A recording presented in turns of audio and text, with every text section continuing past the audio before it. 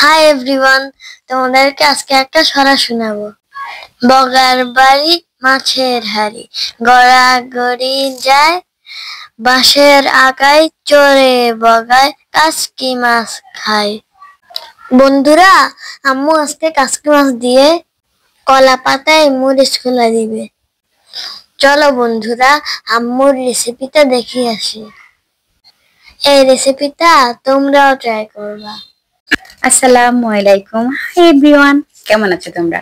তো ছেলে তো প্রথমেই তোমাদেরকে সুন্দর একটা ছড়া শোনালো এবং মাছ সম্বন্ধে বললো আম্মু কি রেসিপি করবে। তো চলো তোমাদের সাথে শেয়ার করি।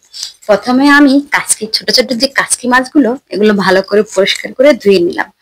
কারণ হলো যে এই মাছটা কাটাকাটি করতে হয় না, এই মাছের পেটে ময়লা থাকে না, শুধু একটু যে ময়লাগুলো থাকে বাইরে, ওগুলো একটু ভালো করে পরিষ্কার করে নিতে হবে এবং ধুয়ে নিতে হবে।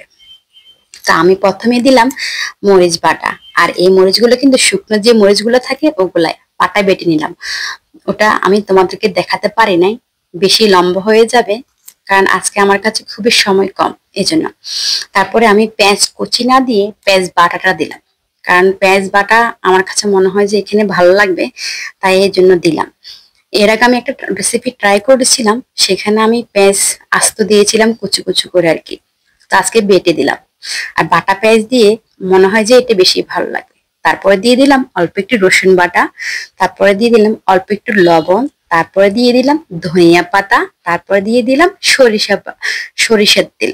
আর সবকিছু দিয়ে ভালো করে হাত দিয়ে মেখে নিতে হবে।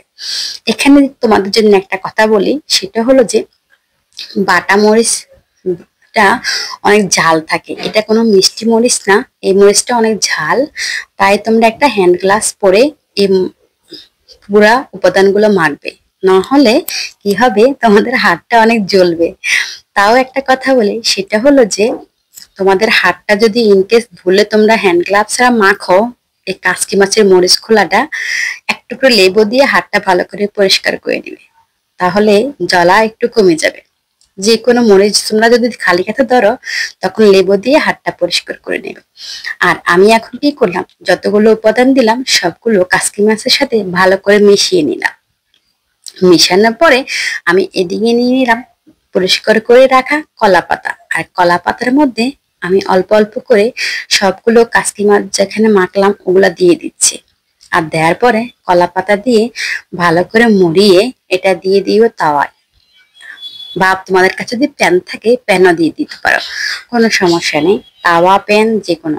আর আমার কাছে একটা পুরানো প্যান আছে, এই প্যানটা কোনো কিছুর গায়ে লাগে না, খুবই ভালো একটা প্যান। এটা পুরান হলো, আমার এটাতে কাজ করতে খুবই ভালো লাগে। আমি দেখো এই পাশ আর ওই পাশ থেকে কলা পাতায় মুড়িয়ে নিচ্ছি কাসকি মাছটাকে। মুড়িয়ে নিয়ে এখন চুলাটা জ্বালিয়ে দিব আস্তে লো হিটে।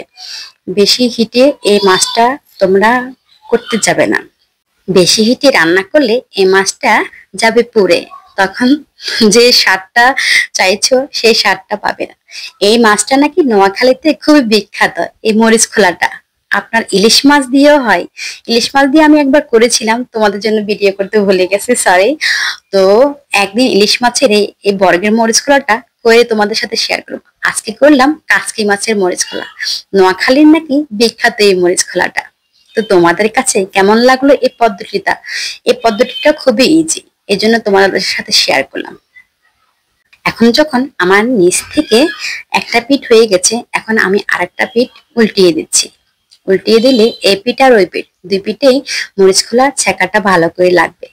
এই পদ্ধতিতে মরিচ খোলা করে খেয়েও কিন্তু খুবই মজা, আর গরম গরম ভাতের সাথে ওহ কি স্বাদ, কি বলবো, আমার জিভেতে এখনো পানি চলে আসছে।